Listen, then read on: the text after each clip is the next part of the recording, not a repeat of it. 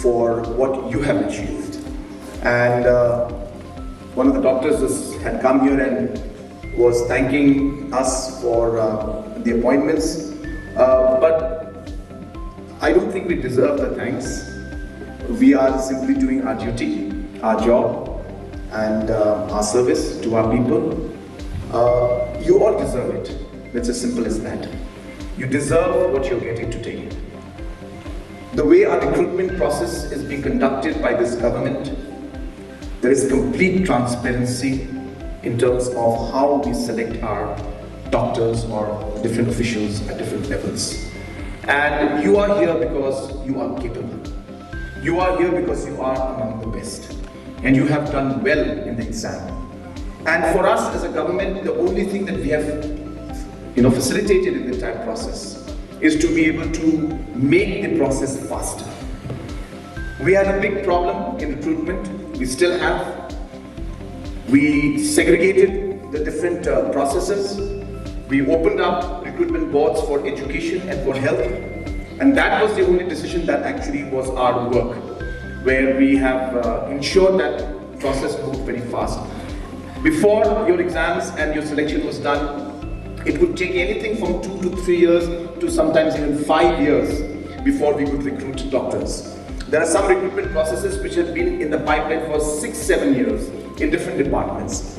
And therefore the need to have a recruitment board was very, very urgent. And we took that political decision in order to ensure that this kind of recruitment can happen quickly.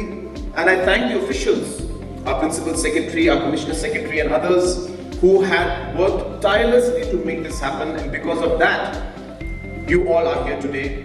In a record time, I should say, we have been able to recruit so many doctors and fill up almost all the vacancies that are there. And this, in fact, is part of our entire process of working towards transforming the health sector. Apart from many other divisions and departments and responsibilities that the government has, health and education and social welfare, which are the 3 core social departments that we have, health plays a very, very important role, and it had not got the kind of importance that it deserved in the many past years.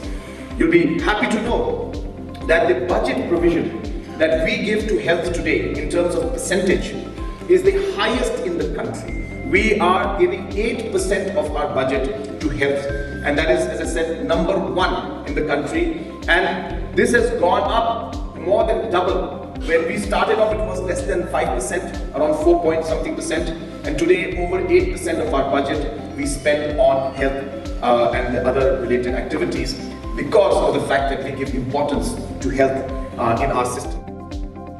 We'll be having different housing places. So rather than having a separate housing for the doctors and a separate housing for the engineers and a separate housing for MCS officers, we'll have administrative housing complexes. That way we'll be able to sit with everybody. You'll be meeting other officials from the departments, and whenever the rooms are empty, they can be used by officers from another department. So therefore that kind of a concept is what we are working on. We should be able to implement in most of the areas very soon. But for doctors, especially the remote areas, Ampareen is very, very particular that the housing facilities and the accommodations must come up, and then we assure you that we are going to start that process. We have kept funds for it. We may not be able to provide it in all the locations, but we will ensure that the process starts, and hopefully in a mission mode manner in which we have done the schools and the colleges, all government schools, all government colleges, all government higher secondary schools, all have been either repaired or are being repaired or have got new buildings now, which never happened in the last 50 years.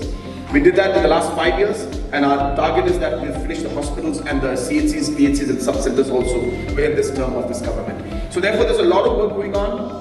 Very soon, I think within a matter of 2 to 3 weeks, I'll also be launching the patient management system that we have, and we'll be one of the first states to be able to do that. We have done the pilot project in Recruitment, where you'll be happy to know that every single record, of course confidentially kept, every single record of almost every patient, outpatient coming in, the entire history, everything is available online with us today. At the very onset of your joining the department, my sincerest appreciation to these young doctors who, because of various opportunities may be provided by government, Secondly, on your own hard work, you are where you are today. We hope to see that the state of Meghalaya, through its various interventions, with Government of India assistance, we hope to see that you will be there in these facilities and ensure that help reaches all corners of the state of Meghalaya. The point here is, we send you somewhere, please go with that sense of security and responsibility. I wish today to send this one message to all doctors in our systems. Be there for the patients. Do the needful and let us together change this ugly perception that citizens of the state of Meghalaya have about our institutions. Let me tell you, Honorable Chief Minister, the Cabinet, the Department of Health is walking the talk to ensure that we improve our facilities.